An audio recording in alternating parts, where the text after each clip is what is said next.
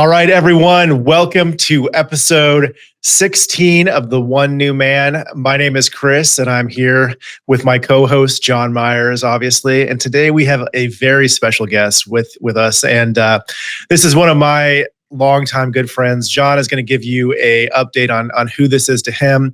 But I want everyone to be introduced to Calev Myers. He is an Israeli attorney and the senior partner at one of Israel's top commercial law firms, where Calev manages the city center branch in Jerusalem. So over the past 2 decades, Calev has acted as legal advisor and senior strategist to the vast majority of evangelical Christian organizations active in the state of Israel. That's not a joke. So if you are a Christian and you've done any kind of work in Israel, I'm sure you've met Calev. So he's also the founder and the chairman of Arise, which stands for the Alliance to Reinforce Israel's Security and Economy, which is dedicated to mobilizing and equipping non-Jewish Zionists around the world to strengthen and protect the Jewish state. We're going to talk a little bit about that today. So following October 7th, Arise mobilized a coalition of several thousand Christian leaders, organizations, and networks outside of Israel to advocate internationally for the immediate and unconditional release of the hostages abducted by Hamas by facilitating and media, legal, and diplomatic advocacy worldwide. And he's also the founder of the Jerusalem Institute of Justice, and there's a cool story that connects to John in this way actually as well, which is an Israeli institute that upholds justice and advocates for religious minorities, promotes freedom for Israel and Palestinians alike. Among other things, the institute provides pro bono legal representation to Christian minorities and systematically researches, documents, exposes, and challenges the abuse of Palestinian human rights by the Palestinian Authority and Hamas.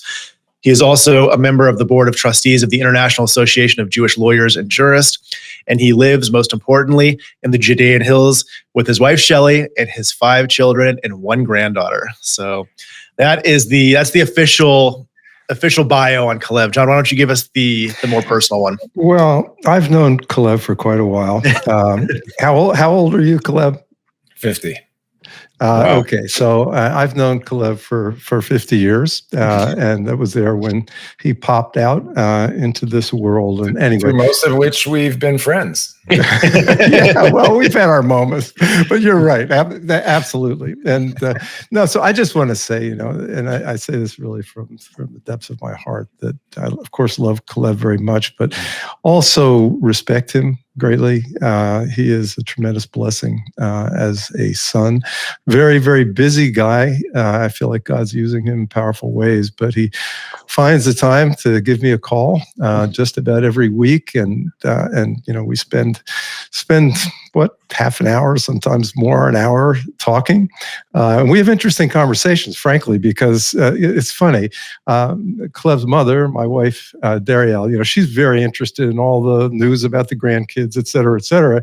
And so I get off my calls with Calev, and she says, well, how's Taylor? This is one of Calev's daughters, and this and that. I never have any news, because Calev and I are talking philosophy and this and that, and political things, and dietary things, and exercise, et cetera, et cetera. So anyway, we have wonderful conversations, and I respect Calev a lot. He's a wonderful son and husband and father and grandfather and brother, et cetera. So really, I'm very, very proud of him. Mm-hmm. And I just want to say this before we get into the real meat of what we're going to talk about here. Thinking about his name and how that originated. And of course, Chris, you have a son now, also named Calev, although you have sort of an interesting spelling of that, which is a little... The right spelling, some might say. Yeah, right. Yeah, well, I think you better do it in Hebrew if you want to get it right. But anyway, when it came to naming our children, I basically deferred to my wife. I felt like, I had a part to play, but she actually paid a much greater price for bringing our children into the world. And she, of course, sought God for our children's names. And when it came to Calev, of course, she felt like his name was to be Calev. And I absolutely believe God gave him that name. And I just want to read a couple verses because we're not going to really be in the Bible so much today, although I hope Calev talks about Zechariah 9 before we're done. But there are just a couple of verses that I looked up that I think really relate to this guy. I think we all know the story. I mean, Israel sent in 12 spies. 10 of them came back into the promised land with a bad report, 2 with a good report, Joshua and Calev. This is Numbers 13:30 through 33. Then Calev quieted the people before Moses and said, "Let us go up at once and take possession, for we are well able to overcome it." But the men who'd gone up with him said, "We're not able to go up against the people, for they're stronger than we." And they gave the children of Israel a bad report of the land which they had spied out, saying, "The land through which we have gone as spies is a land that devours its inhabitants, and all the people whom we saw in it are men of great stature. There we saw the giants, the descendants of Anak came from the giants, and we were like grasshoppers in our sight, and so we were in their sight." And then just one more. This is, Moses, of course, intercedes for the people again because of our sin and unbelief and unwillingness to go into the land. And God said he's going to forgive us, but there was a judgment involved. This is Numbers 14, 20 through 24. Then the Lord said, "I've pardoned according to your word, but truly as I live, all the earth shall be filled with the glory of the Lord, because all these men who have seen my glory and the signs which I did in Egypt and in the wilderness, and have put me to the test now these 10 times and have not heeded my voice, they certainly shall not see the land of which I swore to their fathers, nor shall any of them who rejected me see it. But my servant Calev, because he has a different spirit in him and has followed me fully, I will bring into the land where he went, and his descendants shall inherit it." And so there you go, Calev.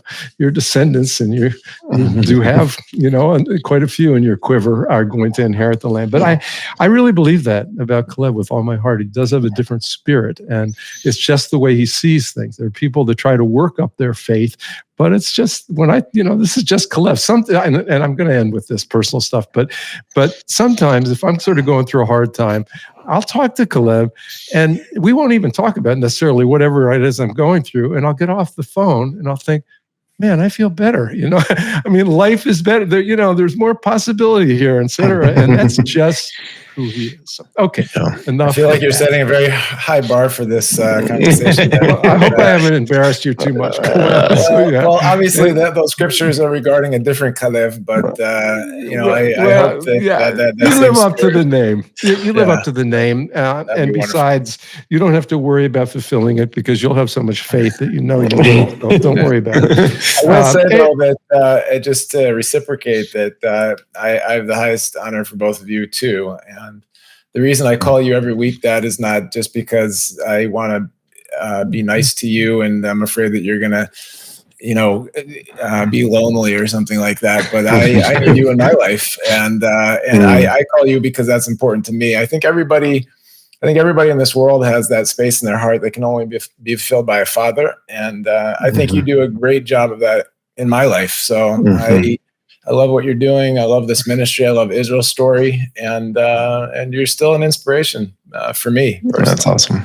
Well, that's very sweet. Thank you, Gabe. And now you've embarrassed me, but it's reciprocal. So okay. So let's get into a little bit of the meat here.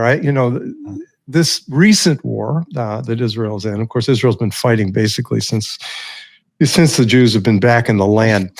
This is the 438th day, since October 7th of 2023. And of course, for me, this is very personal. Obviously, I follow the details every day. The first thing I do when I wake up is I get on news from Israel and see what's going on there, et cetera. And so it's very easy to get lost in all of the details of what's happening. So, Calev, you're living it. I'm reading about ballistic missiles. They're flying over your head in Israel. It's part of your reality every day. So, by the way, I have some show and tell here. This is a piece of a missile that was fired at us from the Houthis. That, I went up to fix my hot water heater 3 weeks ago and found that on my roof. Obviously, it was taken out by the Iron Dome, but I keep that on my desk as a reminder of God's protection of me and my family. So I'm very happy that it fell on our roof and not on somebody's head. And yeah, absolutely, honey. That's amazing. So anyway, I guess the first thing I want to ask, Calev, is that because again, this war's been going on for more than a year, we get all of these detailed reports constantly. Can you just give us a 30,000-foot view of the war? I mean, the other day we were talking just in our personal conversation, and you kind of took me, from this to this to this. Who is this war between? You want to start with that? I think that's a great question to start with. Many advocates around the world advocating against Israel on behalf of Hamas are painting this as an Israeli-Palestinian conflict. And even some voices coming out of the United States at the beginning of the war, particularly from the Democrat Party, were saying, oh, if you could just give the Palestinians what they deserve, which in their opinion would be 2 states for 2 peoples, this really wouldn't happen. And, this is at its essence because of this ongoing Israeli-Palestinian conflict. But is it really an Israeli-Palestinian conflict? Because if you look at what's actually happened on the ground, all of the militant factions that have attacked us have been funded by Iran, militarized by Iran, weaponized by Iran, inspired by Iran. So it feels to me like perhaps this is an Iranian-Israeli conflict at its core, whether it's Hamas, Hezbollah, the Houthis in Yemen. They're all proxies of Iran.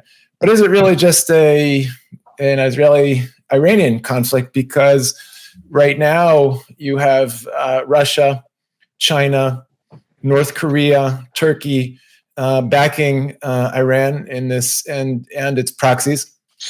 While Israel has been more supported by, the United States, which is our greatest ally, and other supporting countries in Europe, free and democratic countries. So perhaps this is a proxy war between the East and the West, a proxy war between democratic free nations and dictatorial nations.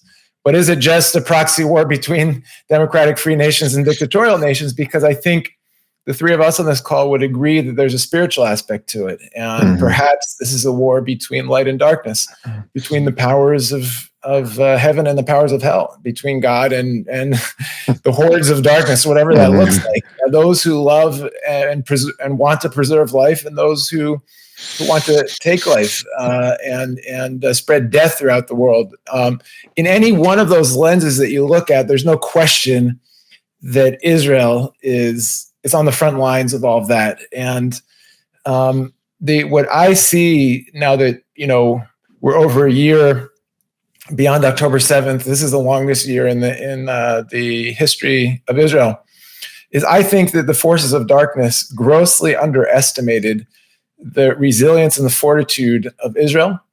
On October 6th, some people say that we were more divided than we've ever been in the history of Israel. If you remember, there were the big demonstrations and the big controversy regarding legal reforms in our judiciary system. We had 500,000 Israelis demonstrating in the street. Now, that's out of a population of 9 million, so you can do the math. It's like 5% of the population.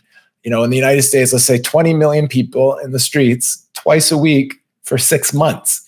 That is, I laugh sometimes when I look at these encampments on universities in the United States that get into the headlines of newspapers and say these people don't know how to demonstrate. Like that's not even a demonstration compared to Israeli demonstrations, right? And so our enemy saw this and interpreted it as a time to attack because we're divided. But that was October 6th. October 7th, we became more unified than we've ever been. And, tens of thousands of people flew in from around the world to serve in reserve duty. Hundreds of thousands of people came to the call. A whole generation of lions, we call them, really stepped up to the plate. And, while in many Western societies, you're creating safe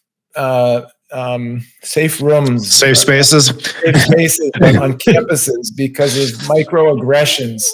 The Israeli young people and the TikTok generation, which, we didn't know if they'd really have that fortitude. They're running straight into the line of fire in a very different reality. And it's beautiful what's come forward. So it's been dark, it's been difficult. But at the same time, I'm very encouraged by the response of Israel. And I think the enemies of Israel grossly underestimated that. If Yahya Sinwar a year ago would have thought that Hamas's military capabilities would be completely demolished, Hezbollah's military capabilities completely demolished, Assad regime having fallen, the whole ring of fire, which they've called it the Iranian ring of fire around Israel, has completely capitulated. I don't think they would have dreamed that in their worst nightmare. And and even in international forums. So when the International Criminal Court put out arrest warrants against our prime minister, minister of defense, even though the Palestinian Authority, which is a signatory to the Rome Statute that gives the court jurisdiction, has never been recognized as a state officially.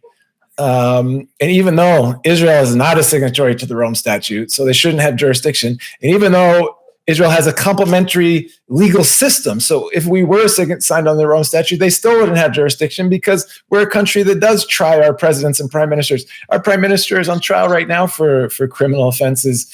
And even though we're not intentionally starving the Palestinians in Gaza, you cannot call 1.5 million tons of aid that have come in from Israel intentional starvation. So this is the most biased, unjust decision ever made. It's kind of like the October 7th of international law, right? Mm-hmm. So they also grossly, I think, overestimated their own power, and now there's a huge backlash against that, where country after country is coming out and saying we're not going to honor that arrest warrant of the International Criminal Court. As a lawyer who cares about international humanitarian law, I think it's a shame that this institution, which was created for good purposes, has been so corrupted and has now delegitimized itself. But all across the board, the forces of darkness are losing, and they're losing terribly. And so, I'm very, very thankful for that.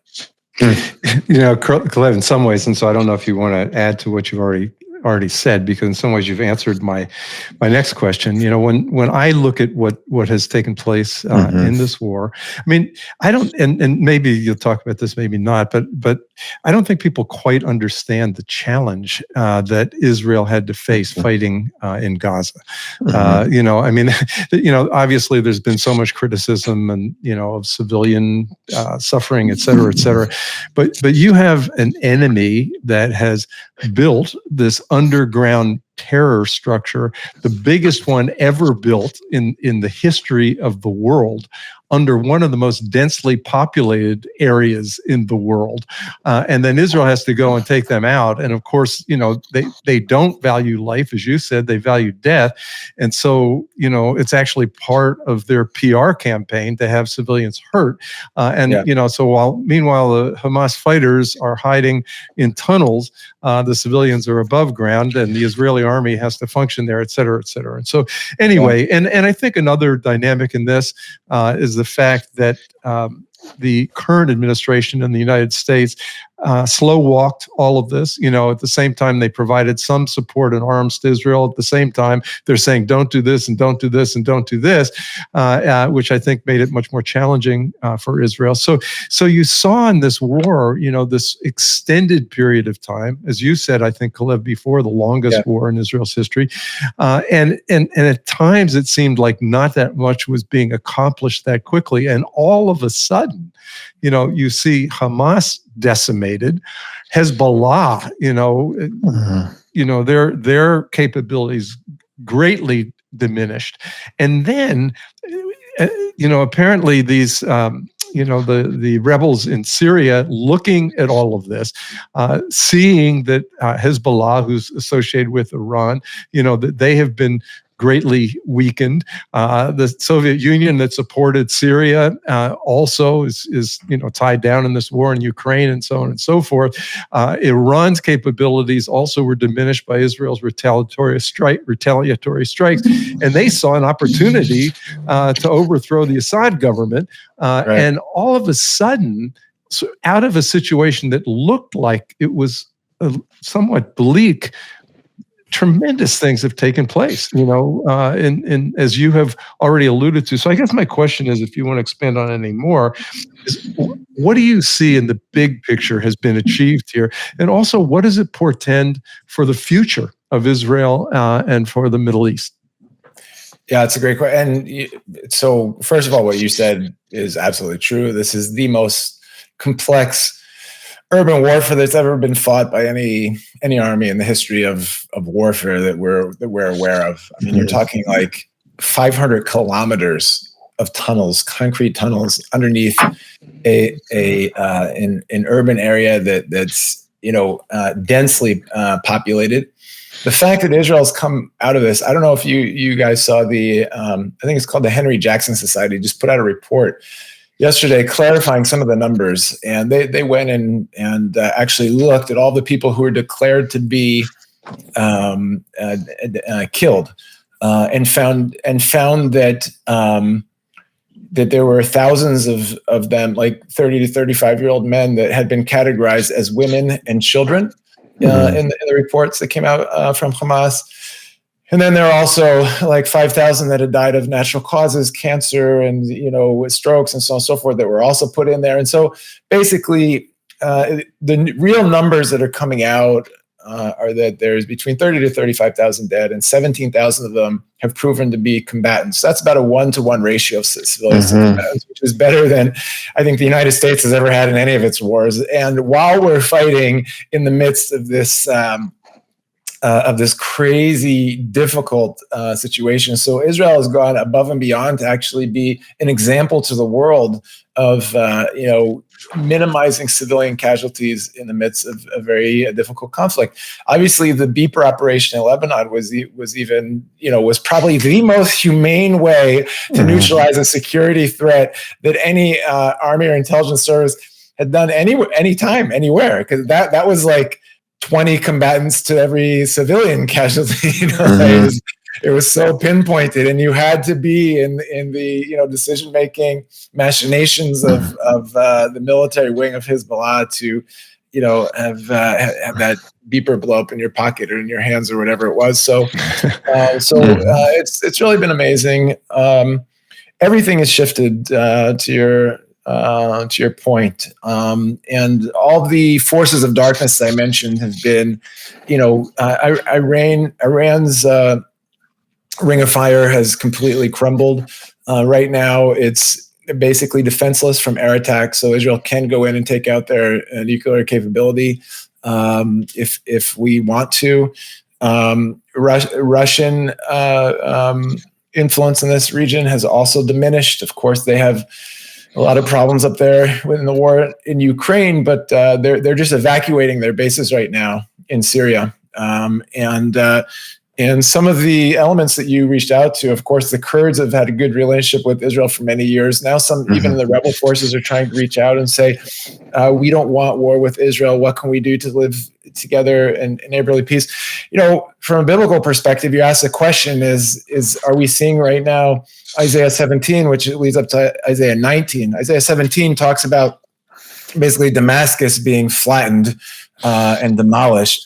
And Isaiah 19 then talks about, Syria, Israel, and Egypt being called a blessing in the world. And there's going to be this highway that connects between them. And and I know in your last session, you mentioned the war of Gog and Magog in Ezekiel 38 and 39. Syria and Egypt aren't mentioned in that war, and so it would seem that we'll have strong relations with them. And I think because of all this, among others, since Israel has proven itself to be the best answer to the Iranian threat, the more moderate Sunni nations our relations with them will even grow further. I completely expect to see normalization with Saudi Arabia, even in the next few months, probably soon after Trump is, sworn in. And that'll be the mother of all, peace treaties ever. Like that is the most dominant force of Islamic nations, of course, Sunni nations particularly. So I see Israel coming out of this with a very, very, very bright future. The other thing that I agree that you mentioned is just about the United States policy. The Biden came out with some very strong statements at the beginning of the war in support of Israel, but what happened was, in practice, they only supported Israel's defense. So if you remember throughout the war, they'd give us weapons and supply, particularly for the Iron Dome and the Arrow and the other military defense systems. But the weapons we needed for our offense, they would continually kind of precondition the supply of those based on the way that they thought we should manage the war. So you could imagine, you should go into Rafah, don't go into Rafah, this, and instead of like what Trump has said is let Israel fight this war, let the military leaders of Israel know better than me or anybody on my team about how, their war should execute. Let them fight it so it can get finished and get behind us, and that's it, and so it's, I'm very thankful that he's been elected as an Israeli. I'm not representing, Israel right now, but I know many Israelis share my relief on that, and I think that's just a much better position than the one that we received from the Biden administration over the last year. It's a really good point. And by the way, I mean, there are a lot of voices here that have criticized the American perspective and said basically the United States has forgotten that the reason you get into wars is to win. Not to have ceasefires, this goes all the way back to Vietnam, frankly, which of course is another matter. But just also the fact that they were calling for a ceasefire when even until today, we have 101 hostages being held by Hamas. Yeah. I said from October 8th to every single person in the international community that I had a chance to communicate with, if you want a ceasefire, release the hostages. If you want Israel to withdraw from the Gaza Strip, release the hostages. If you want no more Palestinians to die, release the hostages. If you had any country come across your border in the United States and steal and kidnap out of their homes 250 innocent citizens and hold them for over a year, men, women, children, babies, still holding 100 of them, you're not just going to say, okay, let's have a ceasefire and go back to business. This is, Hamas wants the war over. It knows exactly what it needs to do. It's actually pretty simple. 100%. And we'll give you 10 hostages and then you release, 1,000, security prisoners, et cetera. And it's ridiculous. Okay. Well, just a couple more things, Calev, and then I'll let Chris grill you, whatever's on Chris's mind. But you mentioned to me, it's interesting because, I have taught, out of Zechariah 12 through 14 for some time, never really taught out of Zechariah 9. And you just had a few insights when we talked recently out of Zechariah 9. Do you want to just spend a few minutes on that? Yeah, I'll just say, first of all, that being in my introduction, you mentioned the fact that I represent the vast majority of Christian evangelical, particularly organizations active here in Israel. And that's true. And, so for the past 20 years, I've been the lawyer that all these organizations have brought their challenges and problems to, right? So I get to see the other side of organizational Christianity. And I'm already beyond all the cynicism and skepticism that I created in my life. But there's a period of time where I really struggled it created a certain, let's say, hurdle in my faith to say, okay, what is, if this is the actual testimony of all these organizations, what is this faith all about? The thing that kept my faith through all those challenges and skepticism strongly grounded in belief in the God of Abraham, Isaac, and Jacob in the Bible is stepping out my front door every day and seeing a irrational, unreasonable miracle of biblical proportions that was accurately predicted, eerily predicted by Hebrew prophets. And you step into Israeli life today, and our headline newspapers are like taking a chapter out of the prophets every day. And so, obviously at the beginning of this war, I started looking and saying, this seems like such an earth-changing event. This must have been predicted somewhere in the Hebrew prophets. And I don't know, back in January, February, I found this chapter in Zechariah, which is Zechariah 9. It's the only chapter in all of the Hebrew scriptures, the Tanakh, that talks about God's punishment on Lebanon, the Gaza Strip, and Yemen in the same chapter. So, which is kind of crazy. And, Lebanon is mentioned as Tyre and Sidon. The Gaza Strip, it mentions Ashdod, Ashkelon, Ekron, and Gaza, which is that whole strip. And then Yemen is referred to as Yemen in Hebrew. And some English translations, it says the south for some reason. But Yemen. And so, but it has some very encouraging things to say. It's, after destroying the armies of Lebanon, it says the people of Gaza will be afraid. And it says the king will be removed from Gaza. And some translations said that the king of Gaza will perish, which has definitely happened. And that they'll be like a bastard. And it says that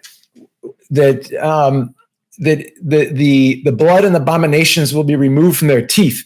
This gave me a lot of hope. I see the blood and abominations that are in their mouth is all the propaganda to anti-Semitism, hatred, and violence against Jews, which is fed as a steady diet to the children through the UNRWA schools and the Hamas schools in Gaza. And it says that like that'll be removed until Gaza is eventually like a champion of Judah. So there'll be like a full integration. And some people, look at that and say it's completely impossible. But for me, what the Germans did to Jews 80 years ago is worse than what Hamas did to us on October 7th. And today, Germany is the most supportive country in Western Europe of Israel. When South Africa took us to the International Court of Justice, it was Germany who came and said, no, this is not genocide. We know what genocide is. It was created because of atrocities that were carried out in our country, and they came to our support. So how is it that, that changed over the last 80 years? Well, right after World War II, the Allied forces came in and took over Germany. For about 4 years, there really was no German sovereignty. And they completely rewrote all the textbooks, took out the anti-Semitism, hatred, violence, etc. And a whole new generation came up. And so I really believe that that's what will happen in the Gaza Strip. And I know that there's going to be some massive Christian humanitarian organizations involved in that. And I'm helping to make that connection today, which we can talk about if you want to. So that's an encouraging part. Later down in the chapter, it says that God will return to us our prisoners from a pit without water. Well, I mean, what's the pit without water, right? I mean, it sounds to me like the tunnels underneath Gaza. And he says they'll be like prisoners of hope unto you. I think that's around verse 11 of Zechariah 9. So many encouraging things. Verse 8 says, if I remember correctly, the verse number, it says that nobody will break through your borders again. And that to me is exciting. I mean, we know that Hezbollah had the same plan to do to us what Hamas did to us on October 7th on our northern border. And if Hezbollah would have come through, it would have been 30,000 soldiers, not 3,000. It would have been 300,000 missiles, not 30,000. And, they would have occupied major swaths of the north of Israel and the Galilee, I believe. But Yehia Sinwar surprised Hezbollah by carrying out their plan in advance, which means that Hezbollah never got the chance to do it. And so I'm encouraged that it says nobody will break through our borders like this again. And then all of our Bible scholars, if you've ever heard of Zechariah 9, you've probably heard of it because of Zechariah 9:9, which says, in the middle of all this war with Lebanon, Gaza, and Yemen, all of a sudden it says, and I will send your king to Jerusalem riding on a donkey. It's like, what? I mean, most Christians believe, of course, that was Jesus. But, when 2,000 years ago, when he came to Jerusalem on a donkey, we weren't at war with Lebanon, the Gaza Strip, and Yemen. And so what does that have anything to do? And why is that in Zechariah 9?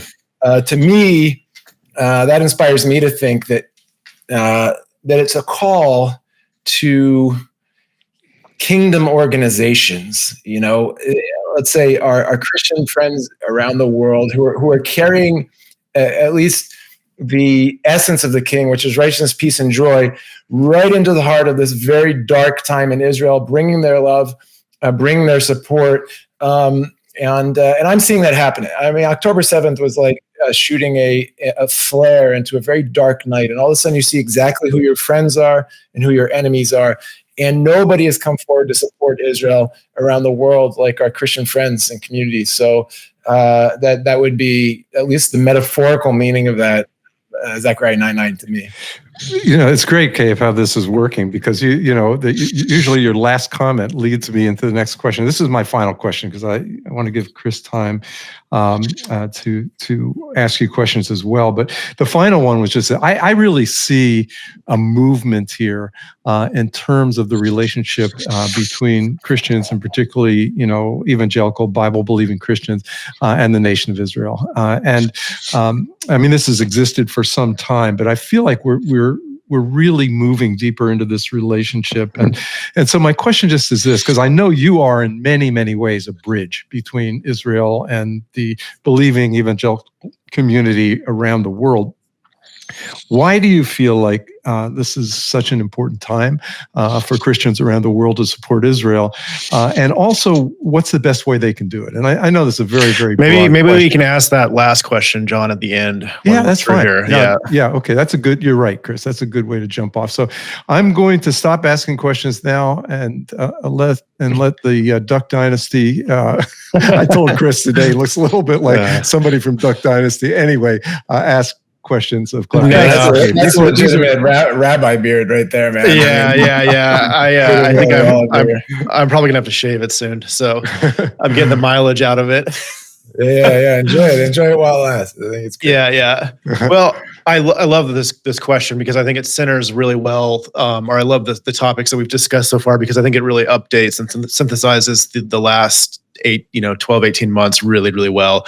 And on this side of the pond, if you want to say, Calev, I'm sure you've seen some of these polls. I know we've texted about it a little bit, but Hussman did something recently that if my generation, so anyone 40 and under, was currently running Congress and running more of the American political efforts at this point, we would not be supporting Israel. And so that's kind of what we're seeing in my generation and younger is this. I think some of it just comes from an exhaustion of the forever wars. Feeling like we have been, messing around in the Middle East for since 9/11, and we're tired of it. We're not sure when it ends. There's just the sense that this is going on, forever. And so I think a lot of people just have this perspective on Israel, like we just shouldn't be involved with that. And so, what would your response to that be? Like, how would you respond to, my generation and younger who are just kind of saying, this is not our fight?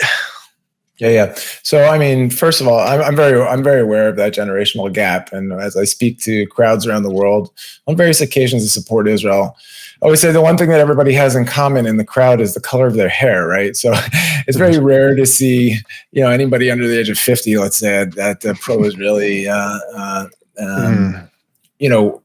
organized events. I think there's an aspect of that I think today, in most countries, Western countries, it's more the right-wing conservatives that stand with Israel. I'm trying to remember who was it that said that if you're not a left-wing activist when you're in your 20s, you have no heart. But if you're still a left-wing activist in your 50s, you have no brain. Right. There's something about growing older, seeing the world in a little bit different way, having a family, understanding what it would be like if somebody charged across my fence and kidnapped my wife from our home, and you all of a sudden you have something to lose in life, and you start thinking a little bit more conservatively. So hopefully there is that aspect to it, and it's not just that we're losing the whole next generation. Right. So you're talking about almost like a maturing in political theory to some degree. I hope that's the case. But to your question directly, I've often asked myself, we have such luxury is not the right word, but we have the benefit in Israel is that the IDF doesn't fight wars of any other country. We have enough issues ourselves, and so, we have mandatory service, but if I'm going in or sending my daughters or sons in, I know that they're not going to be fighting someone else's war. And so there is a question regarding just the whole philosophical and moral basis for engaging in military activities on behalf of a different nation, and is it right to spill my blood or the blood of my children on behalf of another nation? I don't think we have the time to jump deep into that philosophical question. I will say that there is a biblical basis for it. If you remember the war between Abraham and when he came to the help of the four kings down in and around Sodom and Gomorrah, when his cousin Lot was kidnapped, that wasn't his war, and he took his troops and his men servant and everybody, and they went and fought in that and were victorious, of course. So maybe there is even a biblical philosophical basis for that you could dig into.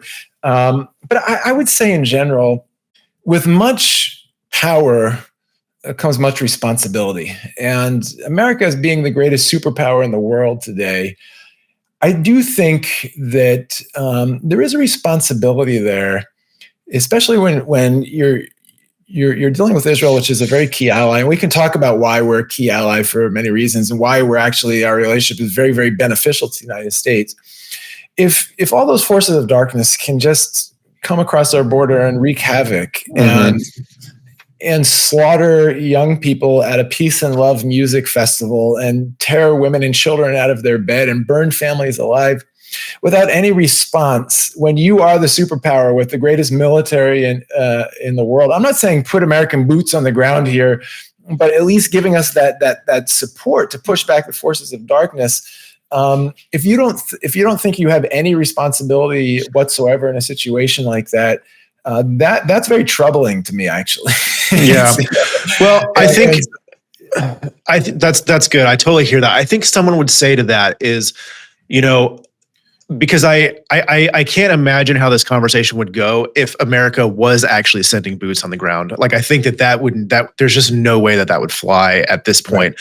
So I think when we're talking about it, we're talking about the money that we're sending, in air quotes, to Israel, which I think you should actually talk about how that works, because you and I have talked about what does it look like when we say we're going to cut a check to Israel for this much. It's not actually going to Israel, right, the way I think people have that concept. So maybe you can walk through that in a second. But I think that what people are thinking is like, when we support Israel and these Islamic nations hate America, like, us putting our influence on that, is that just creating like a worse situation? For instance, even if it is just influence, even if it is just money, is that something that like we want to even be involved in? Is the question that I'm hearing? It's like, so just maybe you could. Yeah, I'd like to. So there are kind of those questions. There's two buckets here, two questions. The one is regarding the support of Israel by the United States is not altruistic, by the way.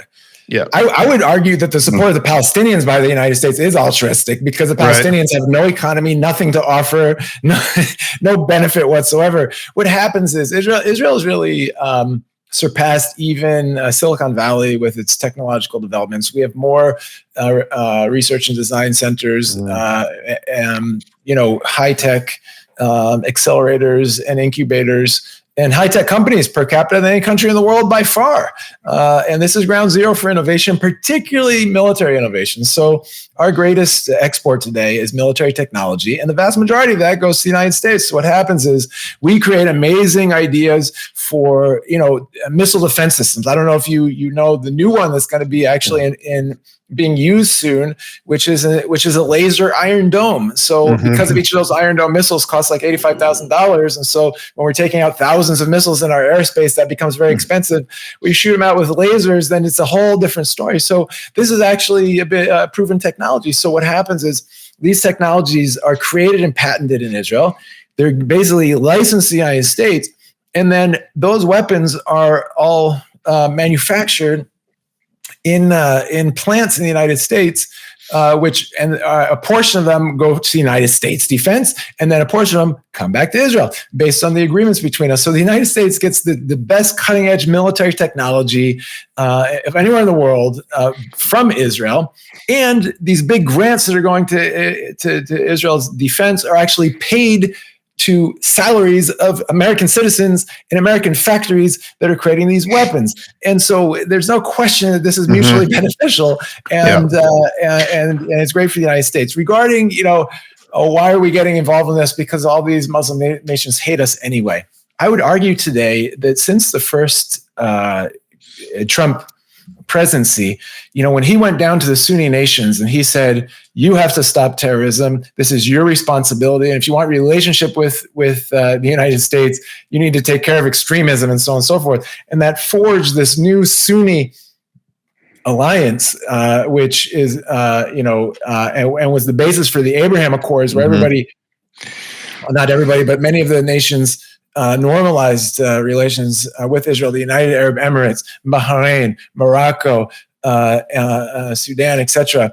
And by the way, after the signing of the Abraham Accords, our commerce with Egypt and Jordan jumped up by like 50%, because if all these major players in the Arab League no longer have beef with Israel, pardon my French, then why shouldn't we be friendly neighbors? So, and now Saudi Arabia behind the scenes is also pushing forward normalization with Israel. If you notice, none of those countries, terribly condemned Israel. They didn't come to the defense of the Palestinians. They did nothing. We actually have great relationships with them now. If you're saying, why does the United States need to be involved in this? Because it's just creating more problems for Iran. Because that's really it's the Shiite, it's the Iranian, kind of vector which hates Israel and hates the United States. I would say that whether or not you support Israel, the Ayatollahs are going to hate you. They call you the big Satan, and we're the little Satan. And all those players that are backing Iran, which is Russia and North Korea and China.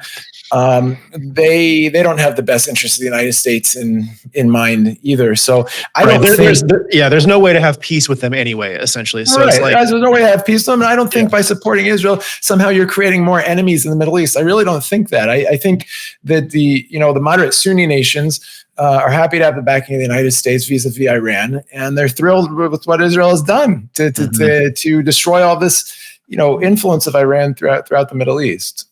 That's great. Chris, can I just interject just very, very simply here? And I know I think this, Chris, I'm sure I've said it to you before.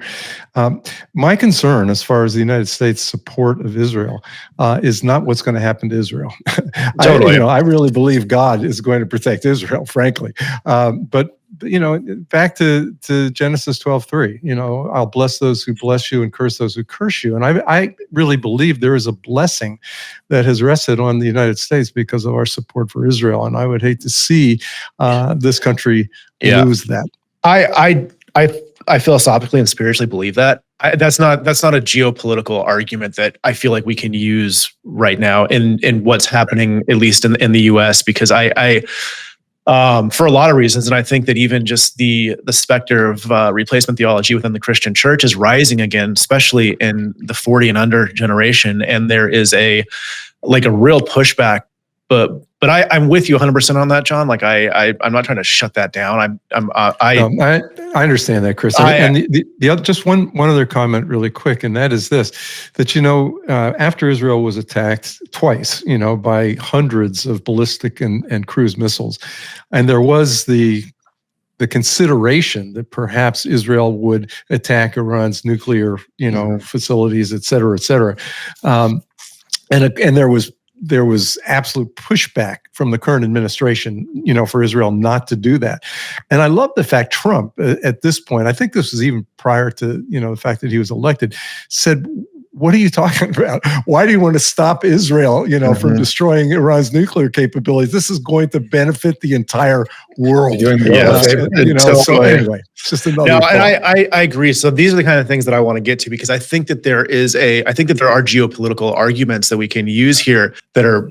Calev, I can see you want to say something. If we can, Chris, if you want to get to that, I mean, the question is, why would Biden come out and say, you can retaliate against Iran, but just don't hit any of his nuclear sites or strategic facilities? Like, right. But really, why? What is behind it? In my opinion, what's behind that is this policy that started at least with Barack Obama and then came down through Biden and then, was reiterated by Kamala Harris. They basically believe it's kind of the old belief of the U.S. State Department. This is the only solution to the Middle East conflict will be two states for two peoples living side by side in security. And once that conflict goes away, most of the other majority, the majority of the other conflicts in the world go away, and so on and so forth. Now, when Obama was in power, he did everything he could to pressure Bibi to make concessions to the Palestinians so that a two-state process could be put into play. And I actually think that's one of the reasons that he wanted to allow Iran to have nuclear weapons, because, and if you remember the normalization agreement that was drafted under Obama, according to that agreement, today they would be allowed to have nuclear capability without any problems. We're 10 years later. Like this was the horizon for that. Why would you want a nuclear Iran? Because it balances out the power of Israel in the Middle East. Right now, Israel is the strongest military power in the Middle East. If we're balanced out by Iran, then we need America more, and America will be able to leverage that influence in order to pressure us to do what they think is the best solution, which is two states for two peoples, even though the Palestinian Authority is a failed dictatorial police state that abuses the human rights of Palestinians. And even though if you go and you ask thousands of Palestinians throughout the West Bank, would you prefer to be a citizen in Palestine or in Israel, 100% of them say Israel. Yeah. It doesn't matter. Let's set the facts aside. I think that's a situation. That's So Biden was just kind of parroting that and saying, no, don't hit their nuclear facilities. That's really interesting. So you're essentially saying that the American foreign policy in the Middle East was to try to actually almost set up a counterbalance to what they saw as Israel's force and the ability to, so that they can then leverage against Israel the policies that they want. What is so interesting about this is also, I saw this in the headlines, and I'm so glad it was in the headlines, because sometimes people will say, well, that's not true about the Palestinians wanting to live under Israel. But you look at these 6 Druze villages that just came out last week that wanted to, as soon as Syria fell, said, like, please take us as citizens of Israel. It's so clear that if you're not a militant Islamic, like, terrorist faction in Israel or in the Middle East, you want to live in Israel. Like, you are like begging to be a citizen of Israel. And it's fascinating that this just happens over and over and over. If Israel is such a bad place, why do these people that are not Jewish want this? So right. I think that's a great response. Here's something else that came up recently that got headlines here. That was, I just see it really being talked about. And that is the idea that AIPAC has a lot of influence over American politicians. So I'm curious, like, how, as an Israeli, how do you see that? Is AIPAC like a part of the conversation in Israel? Is that something that just kind of exists over here? As an American citizen, I understand why someone's frustrated if they feel like there is, these people working through the government that are giving, trying to overly influence American policy towards something. What is your thoughts on that? Hey, Chris, you might want to define AIPAC for some people, okay, because they may not be familiar. Oh man, it is it's the American Israel Political Action Committee. There you go. Thank you. So, I'll just be honest that I'm not a big fan of AIPAC, and I think one of the reasons that the Barack Obama, Biden, Kamala Harris policy was 2 states for 2 people as soon as possible. That's because that's AIPAC's policy. And it's disconnected from the realities on the ground of what both the Israelis and the Palestinians want today or even think is possible. And if you look at everything that was accomplished under the Trump presidency, because AIPAC tends to be more influential with the liberal side of the political map in the United States, because much of the Jewish community votes Democratic, they were not the ones that were pushing to recognize Jerusalem as Israel's capital or to move the embassy there. In fact, I remember statements coming out from them that, Trump is going to create World War III in the Middle East and Bibi needs to be careful and so on and so forth. So that was actually, I'd give more credit to Kuehl than the AIPAC. Kuehl is Christians United for Israel. It was much more the evangelical Christian voice that said we need to break out of these more traditional State Department ideas and try to come up with new solutions. And so many presidents in their campaigns have said, we're going to move the embassy to Jerusalem. Why doesn't somebody actually do that? That wasn't coming from AIPAC. And so I think that it's the evangelical lobby. I'm thankful for an Israeli that that they're influential in Washington and have a much better understanding of what Israel wants and needs than AIPAC. So if you say that I'm saying that to say that as an Israeli, I wouldn't be so disappointed if AIPAC had less influence in totally in Washington. Well, and I think my read on this is that AIPAC is going to overstep their their influence in a way that's going to hurt Israel, because I see that misalignment in what you're saying, but I also think that in some ways the methodology in which they're going around trying to have influence is going to backfire on them. And I don't want to see that, because I think it's going to ultimately hurt Israel in ways that I'm not even sure, like you're saying, I don't think that they're even the Israel and AIPAC are even pointed in the same direction. But I also think that this kind of I don't know if you want to call it conniving, but there's an influence that they're going after that I think that is eventually going to blow up. And I can just already see the seeds of it happening that are being planted right now. And so, I also think as an Israeli, I would much rather have a non-Jewish organization standing up and speaking on our behalf than a Jewish organization. Totally. It's just a much more strategic, picture. Yeah. And I think that's one of the things like Kuehl that's so great. And so, you and I have talked about this, and John, I'm also with you in the sense that spiritually, I hope that we continue to support Israel, whatever that looks like. But what does it look like for Israel to be just somewhat less dependent on American support? I've talked about that because, we've got Trump for 4 years. There is the reality that, depending on what happens over this time, I think it's been amazing how America has, in many ways, been able to come along in the 70s forward, 1970 forward, and be able to help Israel in the ways that it has. What would it look like for Israel to not be so dependent on America? And do you think that would be ultimately a good thing for Israel so that you wouldn't be dependent on anyone telling you how to make decisions and what you need to do to defend yourself and all those questions? 100%.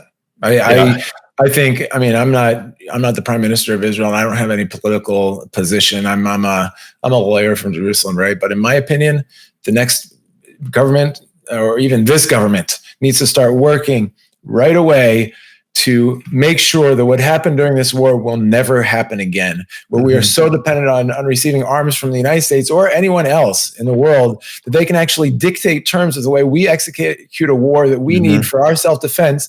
And by holding up arms supplies, this war could have been over a long time ago if it wasn't for that terrible policy of the current American administration. That is a strategic weakness of Israel, and it's something that we need to make sure never happens again. I think we need to maintain our good relationship and alliance with the United States, but I think we need to start producing those weapons in Israel and make sure we have the facilities to do that, so we'll never find ourselves in that situation again. I think that was horrible, and we definitely need to be less dependent on the United States and any other foreign actor, and be able to stand on our feet and supply ourselves with our own weapons. To the extent possible.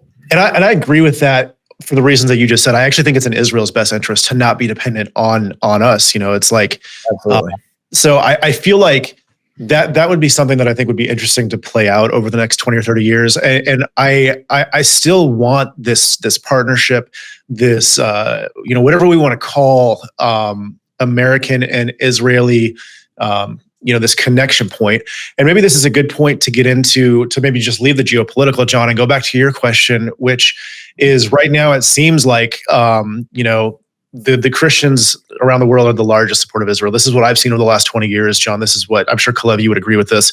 So, what does that look like then? Why is Christian support for Israel so important at this time? And what are the most impactful ways that Christians can engage? And this was, John, this was your question towards. Absolutely. I can't, we don't have enough time for me to go into detail about all the initiatives that I'm working on right now, but let's just say this.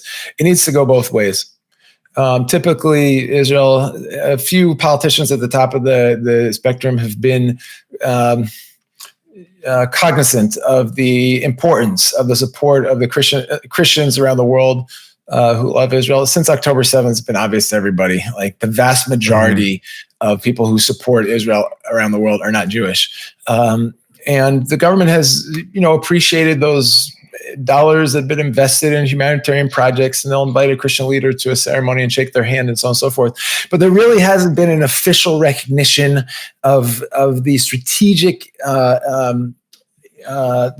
importance of this relationship. We have a big diplomatic corps, and there's two things that are on the agenda of every Israeli diplomat. Number one, representing, of course, the policy of the prime minister and the government of Israel on whatever that might be. And number two, strengthening the relationships with Jewish communities worldwide. Once in a while, you'll have a diplomat that, for some personal reason, understands the importance of the relationship with the Christians, but it's not an official policy. It's not part of the job description. It should be a part of the job description. Our government needs to officially recognize and officially manage this relationship with the vast majority of people people who support Israel around the world. In 1948, we could have not done it without the Zionist Congress. Even in the Zionist Congress, there were Christians. You talked about this in one of your earlier chapters, which was great, like Hanaya Dunon, the founder of the Red Cross, and so on and so forth. But today, the way a proper Zionist Congress would look would be 90% Christians, and we need to create a platform like that internationally that brings together the large evangelical denominations, first of all, to be able to collaborate and talk about how can we better use our influence in a healthy way to support Israel. as a democratic state in the Middle East. I'm starting to work on that a little bit. I can't go into all the details, but then from the Israeli side, that also needs to receive official recognition. It needs to be a dual recognition, and I think that we have a golden opportunity for that right now. There is one of the hindrances to that throughout the years. This, Chris, has been the disproportionate influence of the ultra-religious Orthodox factions in the Israeli government that have all these taboos around Christianity, and thoughts that there might be an ulterior motive, and they don't really want to support Israel because of the blessing promised by Abraham, but this is just a tricky way to try to convert us, and so on and so forth. And so they've been a hindrance, but right now they have enough problems. Their political capital is really, really gone down throughout this war, because in the midst of the most difficult, the worst massacre of Jews since the Holocaust, the longest war in Israel's history, they're pushing through laws to give their men a blanket exemption from military service. So 85 to 90% of Israeli public is disgusted with this. At the same time, you're seeing the huge Christian testimony and how much they've been effective in advocating on behalf of Israel worldwide. We have a window, I think, both internationally and within Israel, to take this relationship to the next level at this time, and overcome those differences within our system. So that means, for people that don't understand, the ultra-Orthodox have a lot of political, or they've had a lot of political influence in Israel. And so you're saying that over the last, because I just want to make sure this is clear for people that maybe don't understand this terminology, that they fight against having to go fight themselves in the war. They try to get exemptions for their kids. So the ultra-Orthodox, which make up what, 12%, 15%? Yeah, 12%, are not fighting for Israel. They don't pay taxes. There's all sorts of things that's probably been bubbling up in Israel. And they have been the ones that have kind of been strong-walling Christian support in Israel, right? Because people always wonder that. I wonder that. Why is this not an effort of the government when it's so clear? I mean, Jews are super smart. They should be able to see that all over the world, these are the people that are supporting them. Why has this not happened? Is it because of the ultra-Orthodox? I would say that's been the biggest hindrance for like an official policy recognition where the government says, okay, let's actually create a government ministry to manage this relationship. If you have 600 million, Christians around the world that support Israel, and, internationally, 10 million Jews? Half of them might not even be Zionists. Right, half of them are liberal. Why are we not managing this intentionally? We should have ambassadors to the Christian world. We should that are making sure that Israel is not missing a chance here, in every area, whether it's militarily, diplomatically, in media, legal forums, etc., by losing the help of our or not taking as much advantage as we could of the help of our Christian friends. Let me just note one thing here. I think this is great, but somehow or other, and I'm not saying he has a total understanding of what you're just talking about, Trump, when he chose Huckabee to be, the ambassador to Israel, obviously is playing into this whole scenario, because, as I understand it, he's the first non-Jewish ambassador to Israel in 20 years, something like that. And here's a guy that says, well, no, I'm not going to call it the West Bank. This is Judea and Samaria. It's just, to me, that is so impactful and so timely. So I can't wait. I was just 2 days ago actually on a Zoom call with Mike Huckabee. I didn't know if I should call him Mike or ambassador or ambassador designate or whatever. He hasn't been officially approved yet by the Senate, but it's so refreshing. And there couldn't be a more perfect candidate for ambassador of the U.S. in Israel. I'm so thrilled that Mike will be, or Ambassador Mike, whatever we're going to call him, will be coming over here, and absolutely, it's fantastic. He's been here dozens and dozens of times, and is just such a strong supporter of Israel. Really, a good representative of that voice of all those Christians out there that just want to support Israel because they recognize that. We hold the same Judeo-Christian principles and values as dear to us, and our society is built on the same foundations. And many of them do go back to that promise: "They'll bless those who bless you, and curse those who curse you." By the way, Dan, I use that as do a Bible trivia sometimes with my kids, when we have a Shabbat meal, and I ask them, when is anti-Semitism first mentioned in the Bible, and some people thought, well, it was the Pharaoh in Egypt with the Hebrew babies, or maybe it was Haman in the story of Esther. And so she said, no, it's Genesis 12, because he said, I will curse those who curse you. So God, even at the calling of Abraham, already knew that there would be anti-Semites, or those who were going to curse us, and then he said exactly what he was going to do about that, and. That's so interesting. I love that. Well, Calev, so just to kind of close up here, then where can obviously Arise has a website. Would that be the best place for people to follow any of the stuff that you're talking about? They can obviously get more information there. You guys have a great social media on Instagram. Is there anything else that's worth checking out for people? Yeah, please go to ariseforisrael.com. It's the words Arise for Israel. And then you can sign up for our communications there. We send out a few times a month an update regarding geopolitical issues in Israel. A lot of stuff we talked about today. I'd love to be in contact with you. So that's the best place to reach out to us. And you can find all of our social media handles on our website as well. John, I just want to thank you, Calev. I know you're a very busy guy, and taking the time to speak with us like this, I think is extremely edifying.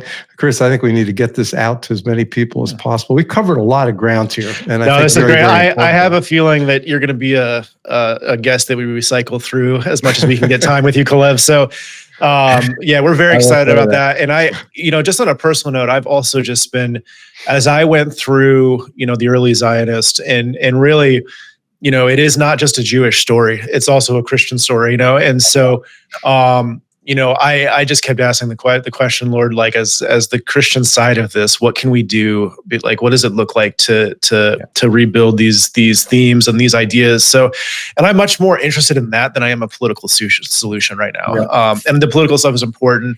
That plays out, obviously. That's the expression of a deeper issue that's happening. But that's the part that I think is really, I get really excited about. So I'm excited to see where that goes, guys. If you, when you watch this, like it, subscribe to it, feel free to share it with your friends, give us reviews. We love all that stuff. There's also a way that you can ask questions through the podcast in Apple and Spotify. So if you want to do that, you want us to take on some of these, ask further questions, you can submit those there. So thank you, Calev, so much for being here. My Israeli brother, and now my son is named after, so it's, I'm very thankful for both you and John, and love you guys. And thank you guys so much for being here. Yeah, love you, Cabe. Thank you for taking the time. Great to see you. Shalom. Bye-bye. Bye.